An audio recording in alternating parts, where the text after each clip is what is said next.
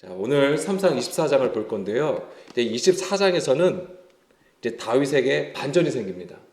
이제 그동안은 사울에게 쫓겼잖아요. 쫓기고 있는 상황에서 이제는 이 24장에서 이제 반전이 생깁니다.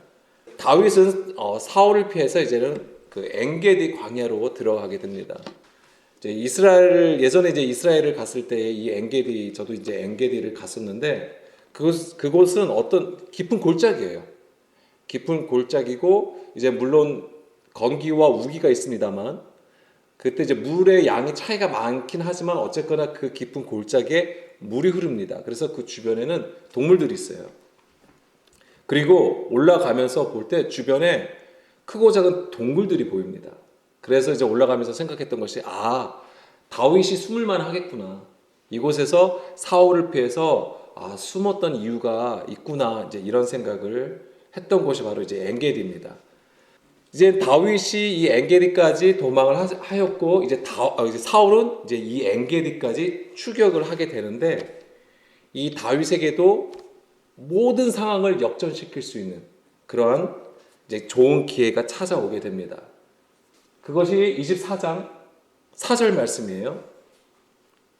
다윗의 사람들이 이르되 보소서 여호와께서 당신에게 이르시기를 내가 원수를 내 손에 넘기리니 내 생각에 좋은 대로 그에게 행하라 하시더니 이것이 그날이니이다 하니 다윗이 일어나서 사울의 겉옷 자락을 가만히 베니라. 바로 이제 이런 상황이죠. 그런데 보게 되면 4절의 내용을 보게 되면은 다윗을 따르는 무리들 있잖아요. 다윗을 따르는 사람이 지금 이 상황을 보고 다윗에게 얘기를 하는 거예요. 사울을 죽일 좋은 찬스다. 그러면서 뭐라고 했냐면 하나님께서 주신 기회다라고 얘기를 합니다. 그래서 하나님이 다윗에게 이렇게 얘기했다는 것이죠. 내가 원수를 내 손에 넘기리니 내 생각에 좋은 대로 행하라. 그리고 그 날이 바로 지금이다라고 하는 거예요. 지금 막 다윗 주변에서 막 지금 어떻게 하는 거예요? 격동을 시키는 거예요. 하라고. 정말 그래서 뭐냐면 사울을 죽임으로써 자기들이 지금 당한 고난을 빨리 회피하고 싶은 것이죠. 사람들의 마음이 그렇다고 하는 겁니다. 자, 그런데 우리도 이런 경우가 있다고 하는 거예요. 우리의 상황을 따라 우리에게 유리한 쪽으로 하나님의 말씀을 가지고 와서 적용한다고 하는 것이죠.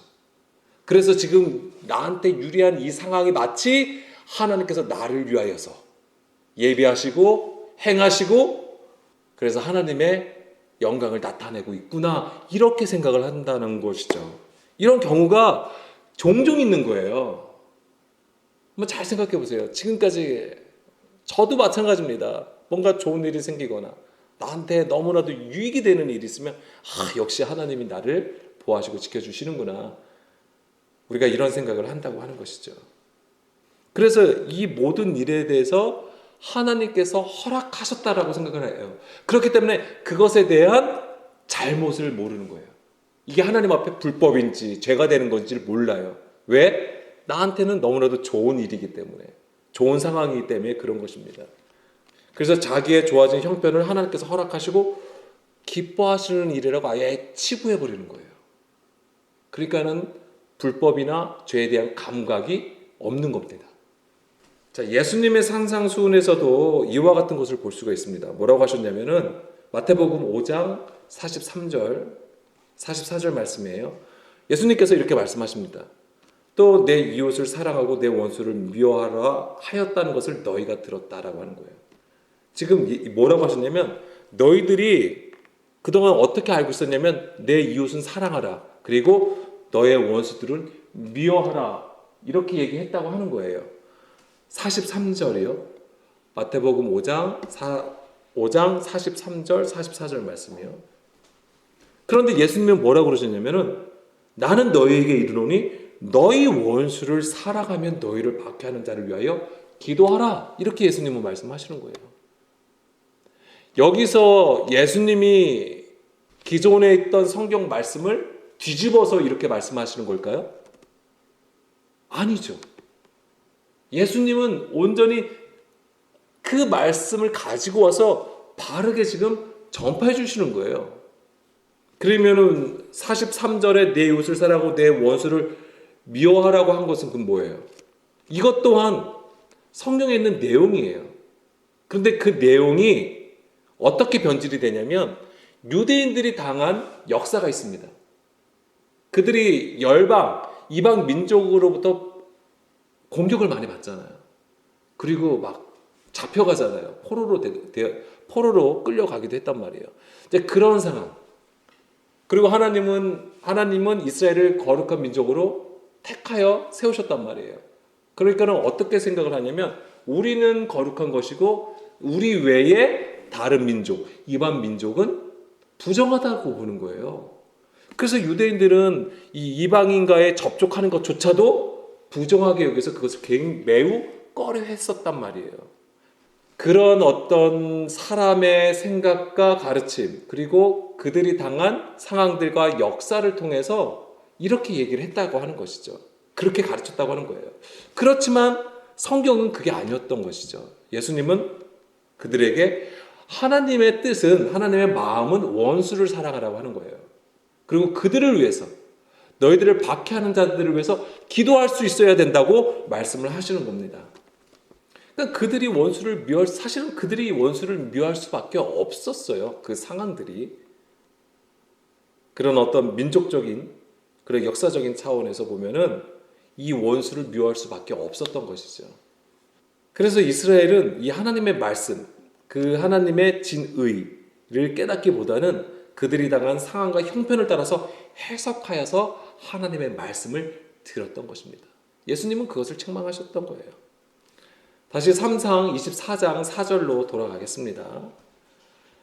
지금 이 다윗의 사람들이 지금 그러한 상황이에요. 다윗에게 자꾸만 그런 것을 얘기하는 거예요. 왜? 지금 다윗이 이 사울 왕을 죽이는 것을 어떻게 얘기하는 거예요? 정당화시키는 거예요. 사람의 소리로. 이게 우리가 주의해야 되는 거예요. 너무나도 그 상황이 너무나도 바르고 옳은 거예요. 그런데 뭐예요? 사람의 소리로 듣게 한다고 하는 거예요. 그러니까 하나님의 말씀을 떠나게 하는 것이죠. 그렇지만 다윗은 어떻게 되죠? 다윗이 일어나서 어쨌거나 사울의 그 겉옷 자락을 베어버립니다. 잘라버리시죠. 그러니까는 다윗의 반응이 어떻게 되죠? 그 마음이 찔림을 당한다고 되어 있어요. 그렇죠? 5절에 보면 그리 한 후에 사울의 옷자락을 뱀으로 말미암아 다윗의 마음이 찔렸다라고 되어 있습니다. 그리고 요 부분 잠깐 뒤에서 나눌게요. 그 다음에 이제 6절을 보게 되면은 다윗이 찔림을 당했어요. 그러니까는 자기 사람들에게 이르되 내가 손을 들어 여호와의 기름 부음 받은 내 주를 치는 것은 여호와께서 금하시는 것이니 그는 여호와의 기름 부음을 받은 자가 된다라고 했습니다. 사울이 비록 우리의 원수가 되지만은 그는 하나님의 기름 부음을 받은 자이기 때문에 그를 해쳐서는 안 된다라고 얘기를 하는 것이죠. 이게 인간적으로는 이게 가능할까요? 인간이라면 이 일을 할 수 있을까요? 전혀 이해가 되지 않는 것이죠. 자기가 사울 때문에 죽을 고비를 몇 번이나 넘겼는데 여기서 단지 기름 부음 받은 자라는 것을 갑자기 그 마음이 확 와가지고 이 사람을 죽일 수 없다? 저 같으면 그게 안 됐을 것 같아요. 근데 사실은 이런 것 자체 아까 4절도 마찬가지고 이런 6절도 마찬가지고 지금 상황을 설명한 것이지만은 이것이 사실은 다윗의 믿음의 고백이에요. 하나님을 향한 믿음의 고백이 되는 것입니다. 이 다윗이 그 마음의 찔림을 당한 것을 우리가 양심의 가책으로 느낀 것으로 이해할 수도 있습니다. 그렇지만 이제 여기서 마음이 찔려라고 했잖아요. 찔려. 이게 이제 낙하라고 하는 건데 이게 때리다, 쫓아내다, 죽이다라는 뜻을 가지고 있는 거예요. 자, 요게 되게 이 뜻을 이해하는 게 중요합니다. 때리는 것, 치다, 때리다라는 것이 있고 이게 그러니까는 마음이 찔렸다는 것은 이렇게 마음이 때려서 아픈 상태를 얘기하는 것이죠. 그런데 뭐냐면 쫓아내다라는 뜻이 있고요. 그 다음에 죽이다라는 뜻을 가지고 있습니다. 근데 여기서 찔려를 뭘로 보면 그 마음에 쫓아내다. 그럼 무언가를 쫓아낸 상황이 되는 것이고 그 다음에 무언가가 죽은 상태가 된 것을 의미하는 거예요. 다윗에게. 다윗이 처한 상황으로 볼 때 다윗이 이 양심의 가책을 사실 느낄 여유가 있었던 게 아니에요. 왜냐면은 지금 다윗과 사울의 관계는 어떤 관계예요? 원수 관계잖아요. 너가 죽지 않으면 내가 죽어야 되는 거예요. 그런 상황이란 말이에요. 그런데 다윗이 사울을 죽이지 않은 것은 뭐 다윗이 비겁하지 않고 어떤 호기로운 어떤 대인배의 모습을 보여주는 것처럼 보여지잖아요. 우리가 이 문자상으로는. 그렇지만 다윗은 사울이 여호와의 기름 부음을 받은 자이기 때문에 이제는 그를 죽일 수 없다라고 정확하게 얘기를 합니다. 다윗이 사울을 죽일 수 없었던 이유는 사실 여러 가지가 있습니다. 이 기름 부음 받은 자라는 것 외에 여러 가지 이유가 있었습니다. 첫 번째는 어떤 이유가 있냐면은 다윗과 사울의 관계를 보면 알 수 있어요. 어떤 관계죠, 서로? 예, 장인의 가족이에요. 가족이란 말이에요. 다윗에게 사울은 우선은 자기가 섬기는 왕이에요. 그렇죠? 왕과 신하의 관계란 말이에요. 그리고 가족으로는 장인이 된단 말이에요. 그리고 또 다윗의 절친이 누구죠? 요나단이에요. 요나단의 아버지가 또 사울이잖아요. 그러니까는 절친의 아버지가 되는 거예요. 그러니까 이런 관계 속에서 어떻게 사울을 죽일 수 있겠냐고요. 그러니까는 그 관계를 보면은 죽일 수가 없었을 겁니다. 그리고 두 번째로는 정치적인 면에서도 우리가 좀 이해할 필요가 있습니다.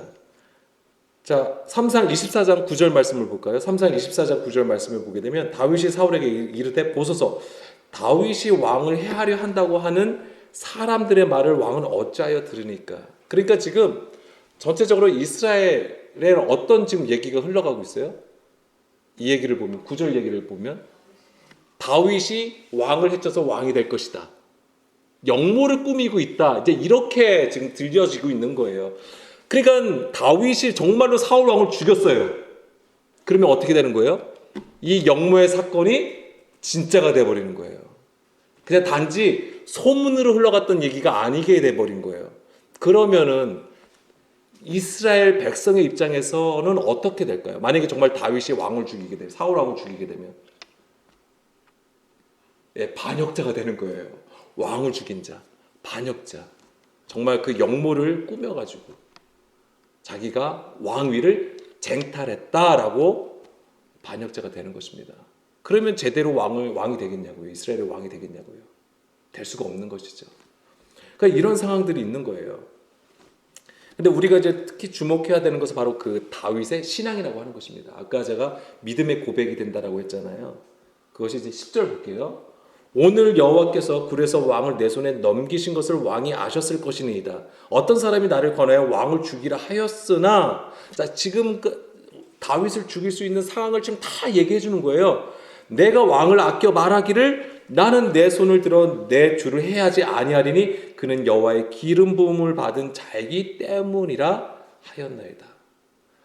여기서 다윗이 사울을 죽이지 않은 이유는 명확하게 여호와의 기름 부음을 받은 자라고 얘기를 하는 겁니다. 계속해서. 그러니까 다윗의 입장에서는 도의적인 문제, 정치적인 문제 등 여러 가지 복합적인 이유로 인해서 사울을 죽일 수는 없었을 거예요. 쉬운 일이 아닙니다. 그러나 다윗이 사울의 겉옷자락을 잘랐을 때 그 마음이 찔림을 당한 것을 우리가 같이 봐야 되는 것이죠. 이 고백과 함께. 다윗은 사울을 통해서 본 것이 무엇일까요? 단지 이스라엘의 왕이기 때문에 그를 죽일 수 없다? 이게 아니에요. 물론 문자적으로는 여호와의 기름 부음을 받은 이스라엘의 왕이라고 얘기를 하는 것이지만 그가 이 땅에서 가진 그 신분, 지위를 보고 안 죽인 게 아니라 그 여호와의 기름 부음이라는 하나님의 일하심을 본 거예요. 하나님의 일하심. 그것을 지금 다윗은 보고 있는 것입니다. 그렇기 때문에 뒤에 나중에 보면은 하나님께서 판단하여 주시기를 원한다. 이 고백을 하는 거예요. 이게 굉장히 어려운 겁니다. 나한테 지금 한번 우리 각자가 생각해 보자고요. 우리한테 너무나 유리한 상황이 있어요. 그런데 이것을 우리가 마다할 수가 있냐 이거요. 없다라고 하는 겁니다. 그리고 모든 것을 다 주의 운행하심, 주의 주권을 인정해드리고 그가 하시도록 모든 것을 맡겨드린다고 하는 거예요. 이게 정말 가능할까요? 우리는? 이게 너무나도 어려운 일이죠. 그렇지만 다윗은 그것을 보여줍니다. 여기서. 그러니까 다윗이 사울을 향하여 여호와의 기름 부음을 받은 왕이라고 하는 것은 그의 어떤 신분이나 주의를 본 것이 아니라 바로 하나님의 일하심을 본 것이 됩니다. 자, 만약에 다윗이 단지 그 이스라엘 그 지경의 왕, 한 나라의 왕으로 만약에 보는 것, 만약에 그런 시각이라면 그것은 지금 우리가 가지고 있는 문제점과도 같은 거예요. 예를 들면 흔히 우리가 교회 목사님을 어떻게 얘기를 합니까? 네, 주의 종이라고 얘기합니다. 기름 부음 받은 주의 종이라고 얘기를 하고 하나님의 일을 하는 자들로 얘기하죠. 그리고 또 목사님들이 교회의 어떤 CO의 개념을 가지고 있다 보니까 그가 하는 일에 대해서는 또한 크게 간섭을 하거나 방해를 하지 않는다고 하는 것이죠. 그러니까 목사님이 하는 일이 다 하나님의 일이고 교회를 위한 일이고 다 성도들을 위한 일이라고 그냥 생각을 해버리는 거예요. 그리고 그냥 넘어가는 것이죠. 그 사이에 뭐가 생겨버려요? 부패가 생겨버리고 부정이 들어오게 된다고 하는 것입니다. 실제로 그게 굉장히 많아요. 그리고 교회가 이제 사이즈가 커지고 조직이 세워지면 더더욱더 그런 일들이 비일비재합니다. 자, 교회에서 직분은 무엇입니까? 네, 다 섬기는 자리예요. 단지 그 하는 일이 좀 다를 뿐이에요. 에베소서 4장 11절, 12절 말씀이에요.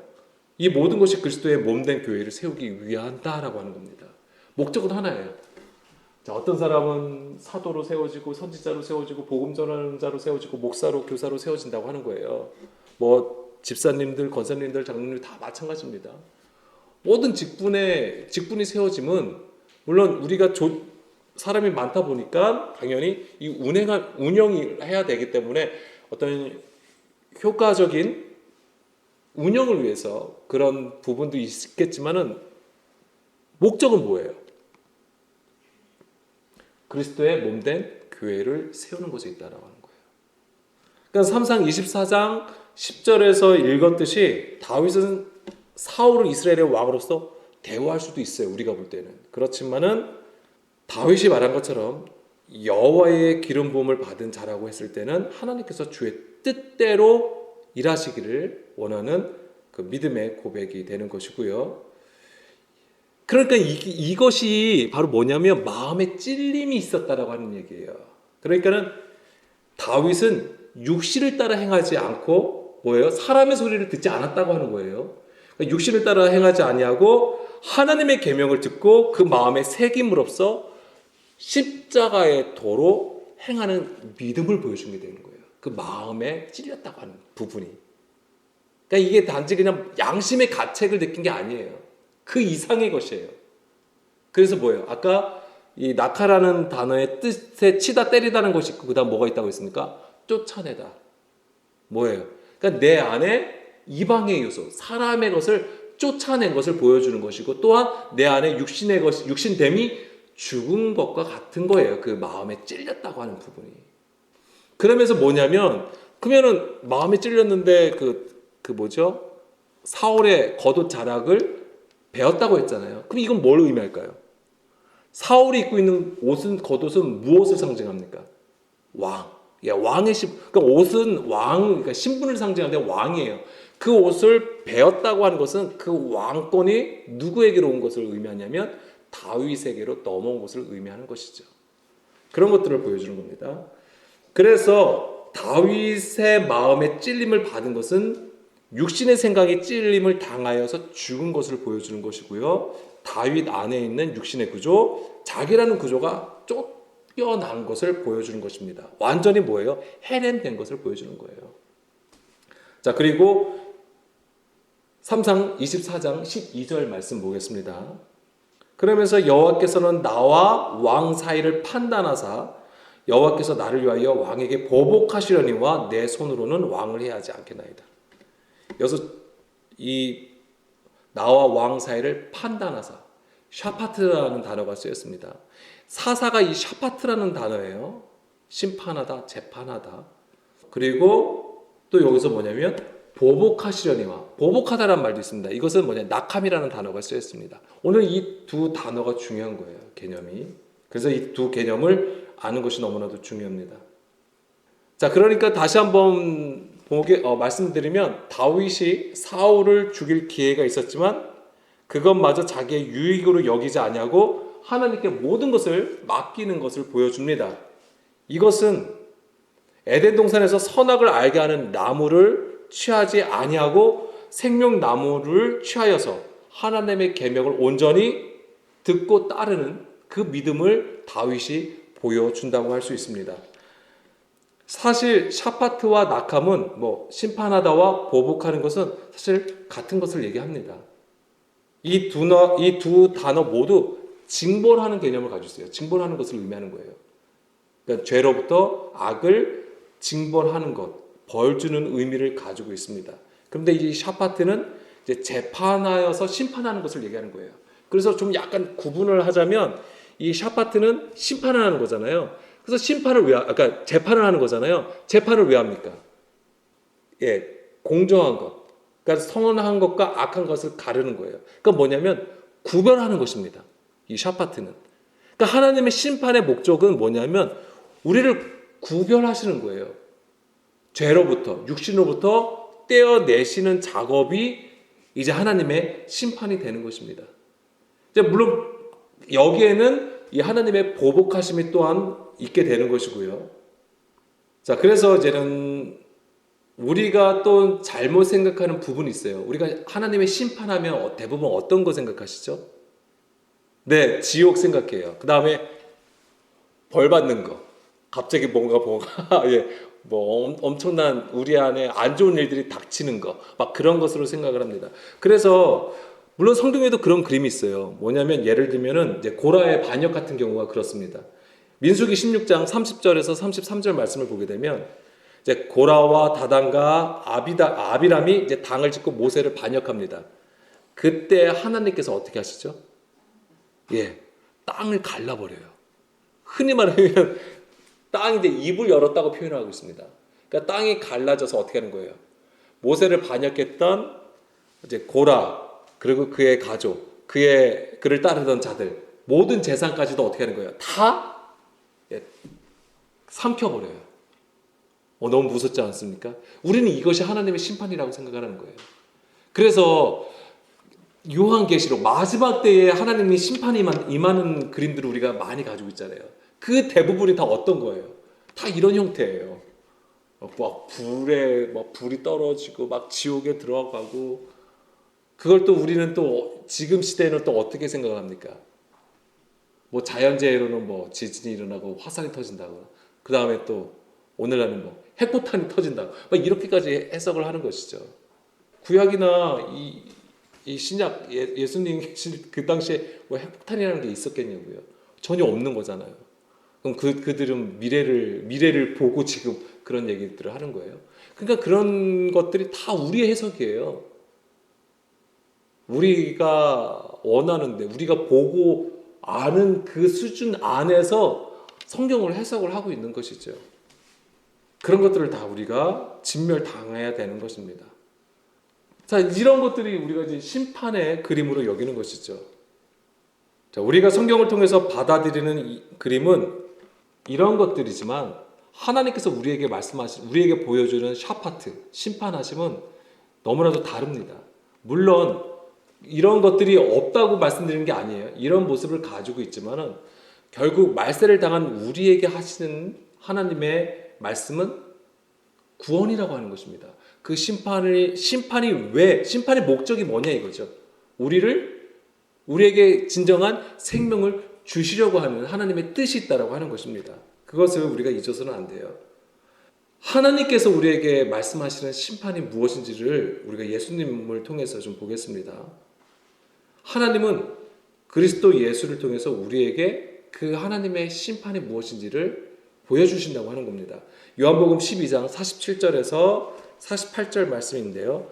내가 온 것은 세상을 심판하려는 것이 아니라 세상을 구원하기 위하여 오셨다고 말씀하십니다. 이거는 너무나도 우리가 그렇지 예수님은 우리를 구원하시기 위해서 오셨어. 우리 이렇게 알고 있죠. 그리고 말씀하신 것이 뭐냐면 내가 한 그 말이 마지막 날에 그를 심판하신다라고 하는 거예요. 그러니까 예수님이 뭘 말씀하신 거냐면 내가 너희를 다 구원하기 위해서 오신 것인데 그 구원이 뭐냐 이거죠. 그 구원은 말씀에 의해서 그 구원이 이루어진다고 하는 거예요. 그래서 내가 한 그 말이 심판한다라고 하시는 거예요. 예수님은 아버지로부터 그 가지고 온 진리의 말씀이란 말이에요. 육신이 말씀이 되어 오신 예수님, 바로 하나님의 그 말씀을 가지고 온 것이죠. 그 말씀은 영이고 생명이라고 하는 것입니다. 그 말씀이 무엇을 심판하실까요? 우리의 육신됨, 우리의 육신의 구조를 심판하시는 거예요. 깨트리시는 거예요. 계시록 20장 4절 말씀이요. 또 내가 보좌들을 보니 거기에 앉은 자들이 있어 심판하는 권세를 받았더라 라고 했습니다. 자, 여기서 보좌에 앉은 자들이 있습니다. 이 보좌에 앉은 자들이 있고, 이들이 어떤 자들이에요? 심판하는 권세를 받았다고 하는 거예요. 그럼 이 얘기는 아까 요한복음 12장의 말씀과 연결해서 보게 되면은 이들이 심판하는 권세를 받았다고 하는 것은 그들의 어떤 지위가 상승되어 있다고 하는 것인가요? 12장은 찾을 필요 없어요. 다시 계시록 20장 4절. 그들의 어떤 지위가 이제는 재판장이 되었다고 하는 건가요? 서민에서 재판관이 되고 왕이 되었다고 하는 것일까요? 물론 보좌에 앉았으니까 왕이죠. 왕이 되는 겁니다. 제사장이 된 것을 말하는 것입니다. 그렇지만 지난번에도 말씀드린 것처럼 진정한 왕은 섬기는 자라고 했잖아요. 자, 이들이 바로 섬기는 자리에 있는 것인데, 이 심판하는 권세를 받았다고 하는 것은 이들이 가지고 있는 것이 무엇입니까? 예, 말씀이에요.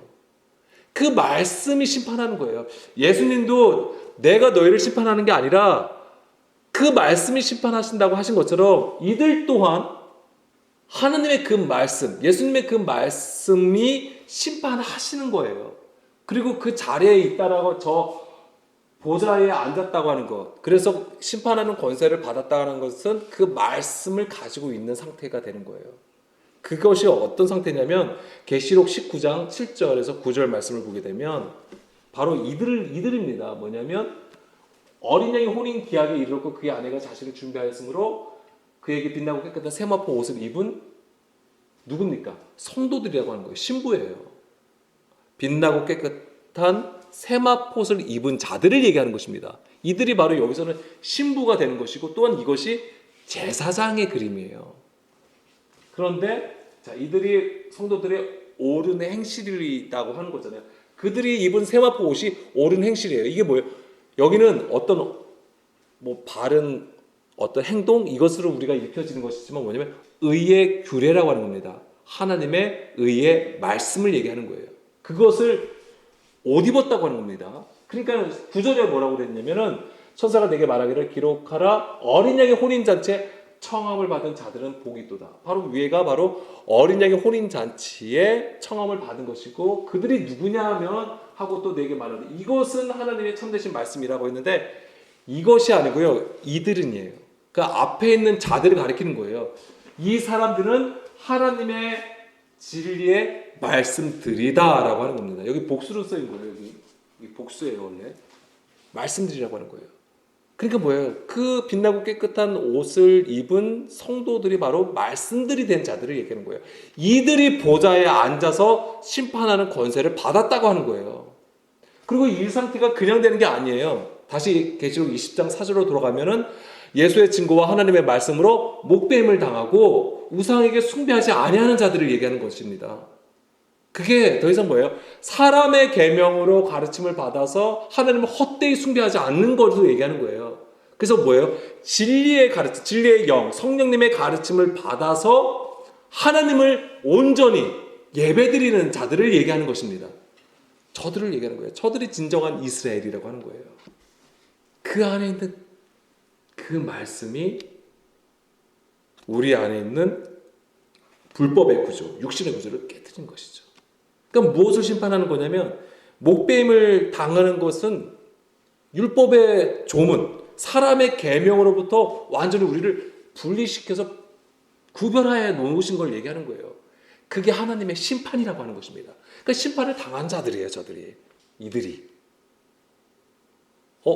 이들이면 심판을 당하지 않는 거 아닌가요? 라고 말씀하실 수 있을 거예요. 그렇게 생각이 드실 거예요. 우리가 심판을 안 받을 수가 없어요. 우리의 처음은 무엇입니까? 땅이라고 하는 거예요. 혼동, 공허, 기품, 흑암이라고 하는 것입니다. 우리가 하나님을 알기 전에는, 예수님을 알기 전에는 우리가 뭐냐면 세상에 속한 자예요. 바다 속에 있는 자들이고 지옥이라고 하는 것입니다. 그게 무적응의 상태라고 하는 거예요. 거기서부터 우리를 구별해 내시는 것. 그게 하나님의 심판이라고 하는 거예요. 그렇기 때문에 하나님의 심판의 목적은 영생이라고 하는 것입니다. 우리에게 생명을 주기 위함이라고 하는 것이죠. 이게 얼마나 큰 하나님의 사랑이에요. 그런데 그것을 이루시기 위해서, 온전히 행하시기 위해서 그 아들 예수님을 우리 가운데 보내주셨고 십자가에 죽게 하신 거예요. 그게. 그러니까 이 하나님의 은혜가 너무나도 큰 거예요. 그러니까 우리가 하나님의 심판은 정말 우리가 되도록 피하는 게 좋죠. 왜? 힘들고 어렵고 고난입니다. 그렇지만 예수님께서 십자가를 지셨는데요. 예수님은 오늘도 우리 보고 자기를 부인하고 자기 십자가를 지고 나를 따르라고 말씀을 하시는데요. 우리가 그 고난의 길, 십자가의 길을 피할 수 있을까요? 피할 수가 없습니다. 가야 되는 거예요. 우리 각자가 처한 상황들이 다를 뿐이에요. 상황이 다르고 환경이 다를 뿐이에요. 그렇지만 누구나가 동일하게 그 안에서 예수님을 찾아야 되고 예수님을 따라가야 된다고 하는 것입니다. 그건 동일한 거예요. 하나님은 그걸 보시는 거지. 네 고난이 너무 크고 네 고난이 조금 작네. 이걸 가지고 우리의 믿음을 측정하시는 게 아니에요. 어떠한 곳이든 어떠한 상황에서든 오직 그리스도만을 바라보고 가는 그 믿음을 측정하시는 것이죠. 그러니까 절대 우리가 그 믿음을 놓쳐서는 안 됩니다. 그리고 5절 6절 말씀 보면 그리스도와 더불어서 1000년 동안 왕노릇한다. 그렇죠? 이것이 바로 첫째 부활이고 이것이 진정한 제사장으로 세움을 당하는 것입니다. 그래서 1000년 동안이라는 게 뭐예요? 1000년, 하나님의 나라를 얘기하는 거예요. 1000년 동안 왕노릇한다고 하는 것이 그 안에 하나님 나라가 세워졌음을 얘기하는 것이죠. 그래서 우리가 이제 23장에서 중요한 두 곳을 말씀을 드렸어요. 타작마당이랑 또 한 곳이 어디입니까? 셀라 하마 느곳이라고 했잖아요. 이 셀라 하마 느곳이 무슨 뜻이라고 했습니까? 분리의 바위라고 했잖아요. 거기서 우리가 무엇을 얘기했습니까? 십자가를 얘기했습니다. 분리하는 것. 그래서 다윗으로부터 사울을 분리하는 지경을 기념하여서 칭한 곳이 바로 셀라 하마 느곳이라고 말씀을 드렸어요. 그리고 곧바로 이제 24장의 얘기가 나오는 거예요. 자, 마태복음 10장 34절 말씀 보겠습니다. 마태복음 10장 34절 말씀에 내가 세상에 화평을 주러 온 줄로 생각하지 말라. 내 화평을 주려고 온 것이 아니고 검을 주러 왔다라고 말씀하세요. 또 여기서도 또 우리가 또 다르게 우리와 다른 말씀을 하시는 거잖아요. 예수님이 우리에게 화평 주러 오신 게 아니야? 근데 예수님은 뭐라고 하냐면 화평을 주러 오신 게 아니라 검을 주러 왔대요. 예수님께서 궁극적으로는 화평을 이루시기 오신 것이죠. 하나 되기 위해서. 진정한 샬롬을 얻게 하시기 위해서 오신 것인데 그것을 얻기 위해서는 뭐가 필요합니까? 검이 필요하다고 하는 거예요. 이 검을 주러 왔다가 하시면 35절에서 무엇이죠? 불화하게 하려 한다. 불화. 이것 때문에 검을 주신다고 하는 거예요. 그러니까 지금 우리가 어떤 상황들이 경험을 하게 되냐면 그 말씀 때문에 막 볶이는 것들이 있단 말이에요. 그 말씀 때문에 어려움을 겪는 일들이 있다라고 하는 것입니다. 그게 바로 뭐냐면 사람이 그 아버지와 딸이 그 어머니와 며느리가 시어머니와 불화하게 한다. 이게 뭐예요? 그러면서 사람의 원수가 자기 집안 식구라고 하는 거예요. 바로 내 안에 있는 집안 식구. 그것이 원수라고 하는 것입니다. 자, 하나님과 원수가 된 것은 육신의 생각이라고 했습니다. 그러니까는 여기서 지금 이 집안 식구들을 얘기를 했지만은 뭘 얘기하는 겁니까? 육신의 생각을 얘기하는 거예요. 우리 안에 있는 육신된 것들을 얘기하는 것입니다.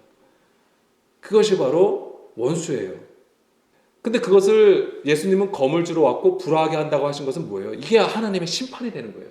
주의 말씀이 임하여서 그 말씀이 이제 심판하시는 것을 보여주시는 것이고요. 이 심판이 있어야지만이 진짜 식구가 되는 거예요. 마가복음 3장 35절 말씀. 누구든지 하나님의 뜻대로 행하는 자가 내 형제요, 자매요, 어머니다 라고 했잖아요. 여기서도 가족이잖아요. 근데 누가 가족이에요? 주의 뜻대로 행하는 자라고 하는 거예요. 그러니까 아까 마태복음에서 그러니까 검을 주셔서 불화하게 하심으로써 그게 하나님의 심판이 임한다고 했잖아요. 그 심판이 진짜 가족을 만드는 거예요. 어떻게? 주의 뜻대로 행하는 거예요. 그전에는 뭐예요? 주의 말씀에 복종하지 아니하는 육신의 생각을 가지고 있었단 말이에요. 그거를 깨트리신다고요. 그래서 이제는 주의 말씀을 듣고 주의 뜻대로 행하는 자가 되게 하신다. 이게 바로 생명이라고 하는 거예요. 그러면 이 하나님의 심판이 어떤 식으로 이루어지냐 이거죠. 그게 바로 보복이에요. 이 하나님의 심판이 하나님의 보복으로 이루어지게 되는데, 자, 이것이 이제 로마서 12장 19절 말씀으로 보겠습니다. 내 사랑하는 자들아, 너희가 친히 원수를 갚지 말고 하나님의 진노하심에 맡기라 기록하였을 때 원수 갚는 것이 내게 있으니 내가 갚으리라 주께서 말씀하시니라. 지금 사도 바울이 얘기하기를 너희가 원수를 갚지 말라고 얘기했다고 하는 거예요. 그래서 그러면 그 원수를 누가 갚는 건데 하나님이 갚으신데 뭐냐면 하나님의 진노하심에 맡기라고 하는 것이죠. 이게 하나님의 보복이 되는 거예요. 하나님의 진노하심이 임하는 상태가 이제 하나님의 낙함, 보복이 되는 것인데, 그렇다면 이 하나님의 보복하심은 어떤 그림으로 우리가 이해할 수 있을까요? 원수들을 힘으로, 능력으로 제압해버리는 거? 힘으로 그냥 꽉 눌러버리고 꼼짝 못하게 하는 거예요. 그걸로 하나님께서 보복하신다고 하셨을까요? 하나님의 방법은 무엇일까요? 먼저 시편 94편 1편 볼게요. 여호와여 복수하시는 하나님이시여. 자, 여기 복수하시는 거 보복하는 거잖아요. 복수하시는 하나님이여 빛을 비춰주소서. 그래서 이 하나님의 보복하심은 무엇으로 이루어집니까? 빛을 비춰주시는 것으로 이루어집니다. 그래서 이제 창세기 1장 3, 4절 말씀을 우리가 참고할 수 있고, 요한복음 1장 1절에서 3절 말씀, 요한 1서 1장 1, 2절 말씀을 우리가 보게 되면 그 빛이 누굽니까? 예수 그리스도를 가리킨다고 하는 것입니다. 그런데 이 빛이 어떻게 왔어요? 예수님이 오셨죠. 그래서 이 흑암과 사망의 그늘에 앉은 백성에게 큰 빛으로 오셨어요. 근데 이 빛이 우리에게 어떻게 와닿게 되냐면 십자가로 오게 됩니다. 그게 십자가예요. 너무 놀랍지 않으세요? 베드로전서 2장 23절 24절 말씀 보겠습니다. 욕을 당하시되 맞대어 욕하지 아니하시고 고난을 당하시되 위협하지 아니하시고 오직 공의로 심판하시는 이에게 부탁하시며 친히 나무에 달려 그 몸으로 우리 죄를 담당하셨으니. 지금 이 그림이 어떤 그림인지 아시겠죠? 십자가입니다. 예수님께서 십자가에 달리심으로써 그가 우리에게 보여주신 그 진짜 사랑을 우리에게 보여주신 것을 지금 기록하고 있는 거예요. 이는 우리로 죄에 대하여 죽고 의에 대하여 살게 하려 하심이라. 그가 채찍에 맞음으로 너희는 다함을 얻었나니. 예수님께서 십자가를 지심으로써 우리가 어떻게 우리로 죄에 대하여 죽었다고 하는 거예요. 불법 죽심, 그거를 죽게 하셨고, 그 다음에 주의 말씀으로, 그리스도의 그 믿음으로 살게 하셨다라고 하는 겁니다. 그러니까 우리가 십자가를 볼 때요, 낭만적으로 생각하시면 안 돼요. 이건 굉장히 어미한, 아주 엄숙하고 어미하고 두려운 주의 메시지가 된다는 것을 아셔야 되는 거예요. 예수님의 십자가는 죄로 말미암아 죽을 수밖에 없는 우리를 살리시는 하나님의 사랑이었던 것입니다. 그런데 여기에는 하나님의 진노하심과 심판이 있다라는 것을 아셔야 돼요. 이게 그냥 십자가 때문에 우리의 죄가 사여지고 우리가 구원받았지. 얼마나 감사해? 물론 그것은 맞는 얘기입니다. 그렇지만 그 수준에 오기까지, 그 구원의 수준에 오기까지는 어마어마한 고난과 죽음이 있었다고 하는 거예요. 그리고 거기에는 뭐가 작동이 된 거냐면 하나님의 심판, 하나님의 보복하심이 작동이 되어서 예수님으로 하여금 죽음을 맞게 하신 것입니다. 십자가. 이건 굉장히 이건 엄한 말씀이에요. 자, 이사야 53장 4절 5절 말씀 거의 마쳤습니다. 그는 실로 우리의 질고를 지고 우리의 슬픔을 당하였거늘 우리는 생각하기를 그는 징벌을 받아 하나님께 맞으며 고난을 당한다 하였노라. 그러니까 이스라엘은 이제 예수님이 나무에 달리신 거잖아요. 십자가에 달리신 거잖아요. 그 당시로 보게 되면 로마의 처형법에 십자가가 있었던 것이고, 그 다음에 구약의 성경에서는 나무에 달려서 죽은 것은 뭐냐면 저주받은 자라고 한 거예요. 그러니까 그들의 입장에서는 메시아가 저주받을 일이 없잖아요. 그리고 그가 연약하게 십자가에서 처형을 당해서 죽을 리가 없잖아요. 그들의 입장은 그랬다는 거예요. 그리고 그렇게 생각했다고 하는 것이죠. 5절 그가 찔림은 우리의 허물 때문이요 그가 상함은 우리의 죄악 때문이라. 그가 징계를 받음으로 우리가 평안을 누리고 그가 채찍에 맞음으로 우리는 나음을 받았다. 우리는 죄로 말미암아 죽을 수밖에 없는 존재였으나 예수 그리스도로 말미암아 의 가운데에 우리가 살리심을 받은 것이죠. 그러니까 이 일 때문에 그 아들을 보내주셨고 십자가에 죽게 하신 거예요. 다시 로마서 7장 4절 그래서 6절 말씀인데요. 그러므로 내 형제들아 너희도 그리스도의 몸으로 말미암아 율법에 대하여 죽임을 당하였으니 이는 다르니 곧 죽은 자 가운데서 살아나신 이에게 가서 우리가 하나님을 위하여 열매를 맺게 하려 합니다.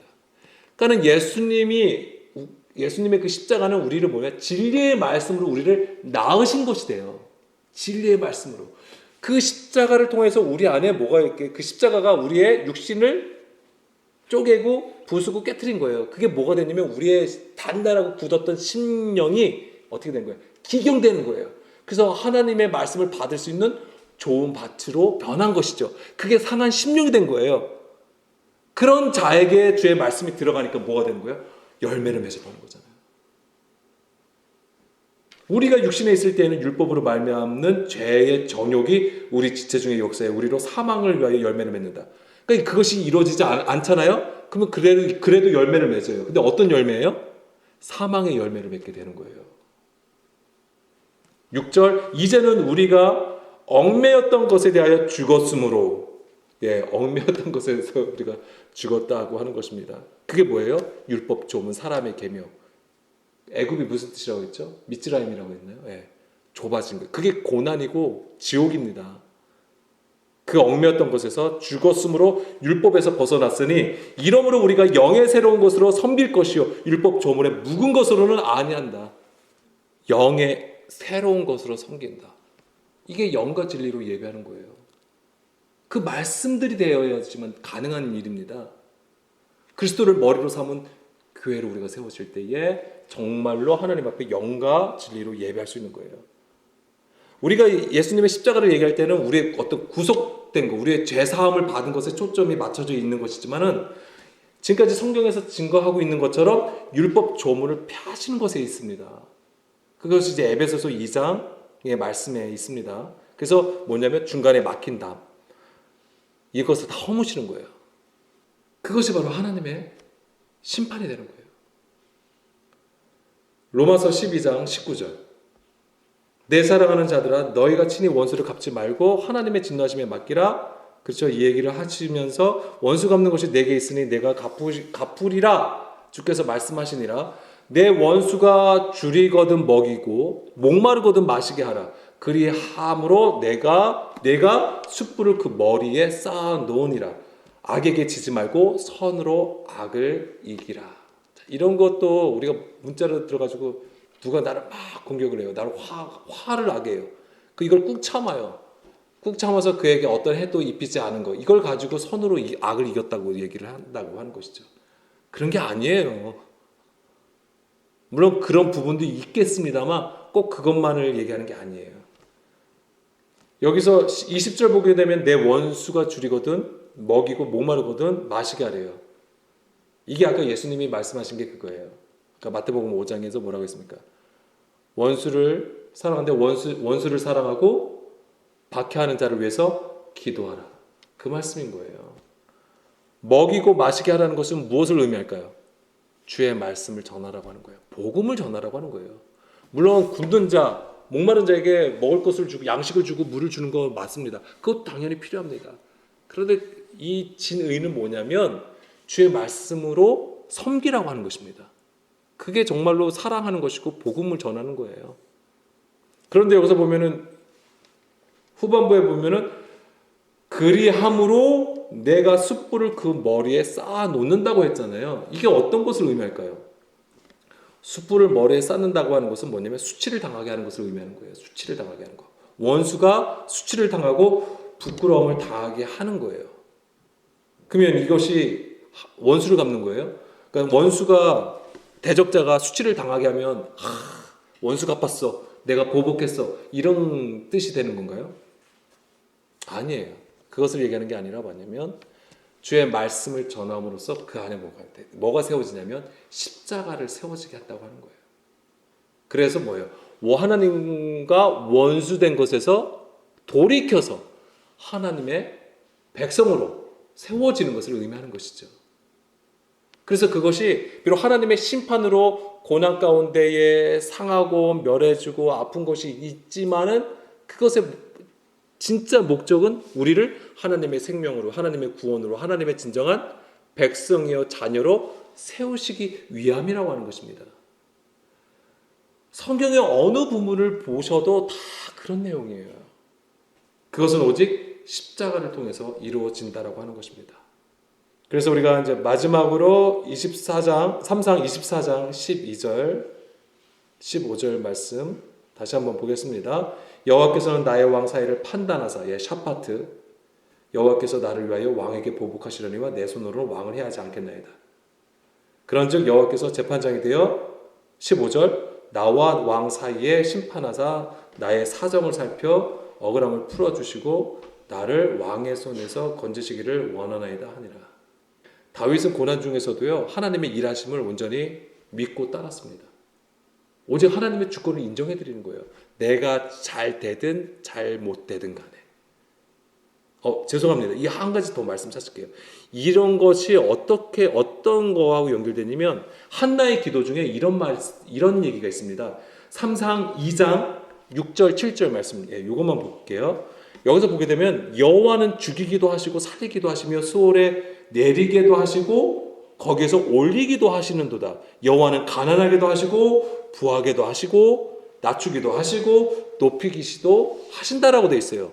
하나님은 하나님은 모든 것을 하실 수 있는 분이니까 죽이기도 하시고 살리기도 하시고 이렇게 생각을 한다고 하는 거예요. 그래서 우리가 또 가난하게도 하시고 또한 부유하게도 하신다. 이걸 얘기하는 거예요. 이렇게 한다고 우리가 생각을 하는 부분이지만 그것보다는 하나님께서는 뭐 하냐면 우리를 죽이시고 살리신다라고 하는 거예요. 자, 이게 달라요. 죽이기도 하고 살리기도 하고 이거랑 죽이시는데 살리신다고 하는 거예요. 죽이시고 살리신다. 그리고 수월에 내리시지만은 또한 우리를 어떻게 하신다? 거기에서 올리신다라고 하는 거예요. 우리를 가난하게 하시지만 부하게 하신다고 하는 거고 우리를 낮추시만 높이신다고 하는 거예요. 이게 십자가로 이루시는 일이에요.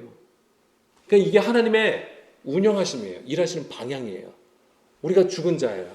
우리가 죽은 것에서 우리를 살리시는 것. 우리가 지옥에 있어요. 세상에 있어요. 여기서부터 분리하셔서 구별하셔서 우리를 알리하신다고 하는 거예요. 가난하게 하시는 거예요. 근데 우리를 어떻게 상한 심령이 되게 하시는 거예요. 의에 줄이고 목마르게 하시는 거예요. 애통하게 하시는 거예요. 근데 그런 자를 하나님께서 멸시치 아니하신다. 그래서 어떻게 하시는 거예요? 부하게 하신다. 주의 영광으로.